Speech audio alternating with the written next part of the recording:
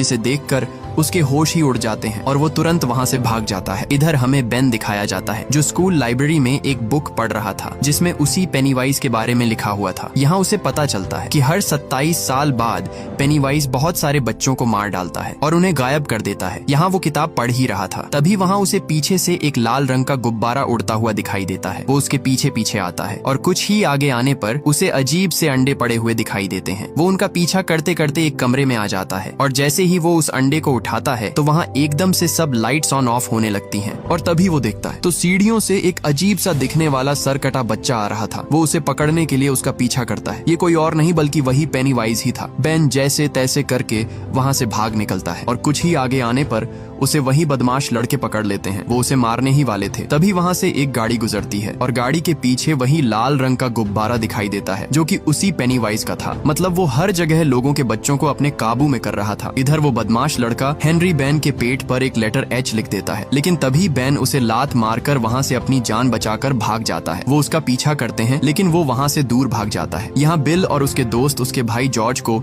वहाँ उस नाले के एंड पर देखने के लिए आए हुए थे, क्योंकि बिल को अभी भी लगता है कि उसका भाई जिंदा है और वो यहीं कहीं होगा। ढूंढते ढूंढते बिल को वहाँ एक जूता मिलता है जो जॉर्ज का नहीं था। दरअसल ये उसी औरत की बेटी का जूता था जो उस दिन अपनी बेटी को स्कूल के पास ढूंढ रही थी। मतलब वो भी उस पेनीवाइज का शिकार बन चुकी है। यहाँ रिची उन सबसे कहता है कि हमें और आगे नहीं जाना चाहिए क्योंकि अब हमारी जान को खतरा है। क्या पता वो खतरनाक पेनीवाइज अंदर जाते ही हमें जान से मार डाले। तभी वहाँ बेन पहुँच जाता है और वो उसे सीधा मेडिकल स्टोर ले आते हैं, लेकिन वहाँ और दवा लेने के लिए उनके पास पैसे कम पड़ जाते हैं। लेकिन तभी वहाँ बेवर्ली आ जाती है और बिल उसे बताता है कि हमारे पास पैसे खत्म हो चुके हैं। इसलिए बेवर्ली वहाँ उस काउंटर पर खड़े एक आदमी का ध्यान अपनी तरफ कर लेती है और तभी एक मेडिकल किट को नीचे गिरा देती है, जिससे उस आदमी का ध्यान बिल और उसके दोस्तों से हट जाता है और इसी का फायदा उठाकर वो वहाँ से भाग जाते हैं और एक जगह पर आकर वो बेन के जख्म पर पट्टी करते हैं। इधर हेनरी का एक दोस्त उसी नाले के अंदर बेन को ढूंढने के लिए आ जाता है। वो बेन को ढूंढते ढूंढते आगे बढ़ता है, लेकिन तभी उसके सामने वहाँ बहुत सारे जले हुए लोग आ जाते हैं। वो भागता भागता एक जगह पर पहुँचता है, लेकिन वहाँ से वो नाला बंद था। इसी दौरान वो पीछे मुड़कर देखता है तो वही लाल रंग का गुब्बारा उसकी तरफ आ रहा था और आते आते वो एकदम फट जाता है और उसके पीछे से वो पेनीवाइज निकलकर उसे वहीं पर मार डालता है। इसके बाद सभी दोस्त बेन के घर आते हैं जहाँ बहुत सारी पेंटिंग्स लगी हुई थी और तभी वहाँ एक पेंटिंग में उसी पेनीवाइज की भी तस्वीर दिखाई देती है। मतलब वो पेनीवाइज अभी भी इन सबके पीछे पड़ा हुआ था, लेकिन वो उन पेंटिंग्स पर ज्यादा ध्यान नहीं देते। दूसरी तरफ एडी अपने घर की तरफ जा रहा था। जाते जाते उसे रास्ते में एक अजीब और डरावना घर दिखाई देता है। इसी दौरान उसकी दवा लेने का समय हो जाता है। वो अपनी दवा लेने ही वाला था, तभी वहाँ उसी घर से अजीब सी आवाजें आने लगती हैं। ये सुनकर उसके अंदर एक डर सा बैठ जाता है, लेकिन वो ध्यान नहीं देता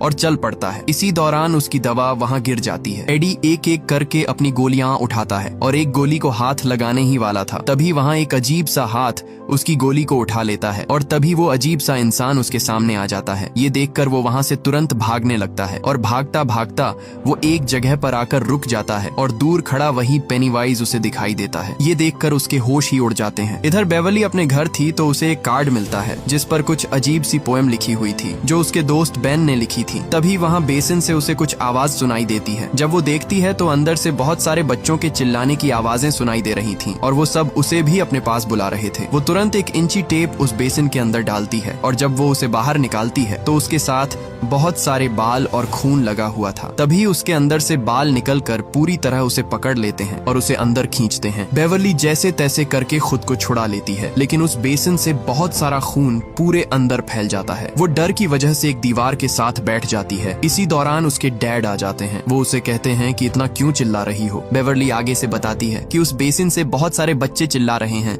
लेकिन उसके डैड को उसकी एक बात भी समझ नहीं आती। और हैरानी की बात, कमरे के अंदर लगा हुआ बहुत सारा खून भी उसे दिखाई नहीं दे रहा था। उसका डैड उसे बताता है कि ये तुम्हारा वहम होगा। इधर बिल की भी एकदम से आंख खुल जाती है। जैसे ही वो उठकर देखने आता है तो एक कमरे से खुद ही लाइट ऑन हो जाती है। वो न चाहते हुए भी डरते डरते उस कमरे की तरफ बढ़ता है और उस कमरे में जाते ही वहाँ कोई भी नहीं था। वो अपने कमरे में बैठा ही था, तभी उसे किसी के भागने की आवाज आती है। वो उसके पैरों के निशान का पीछा करते करते एक जगह पर पहुंचता है जहां उसका भाई जॉर्ज भागता हुआ दिखाई देता है, जिसे देखकर उसके पैरों तले जमीन ही खिसक जाती है। वो तुरंत उसका पीछा करते करते नीचे बेसमेंट तक आ जाता है जहां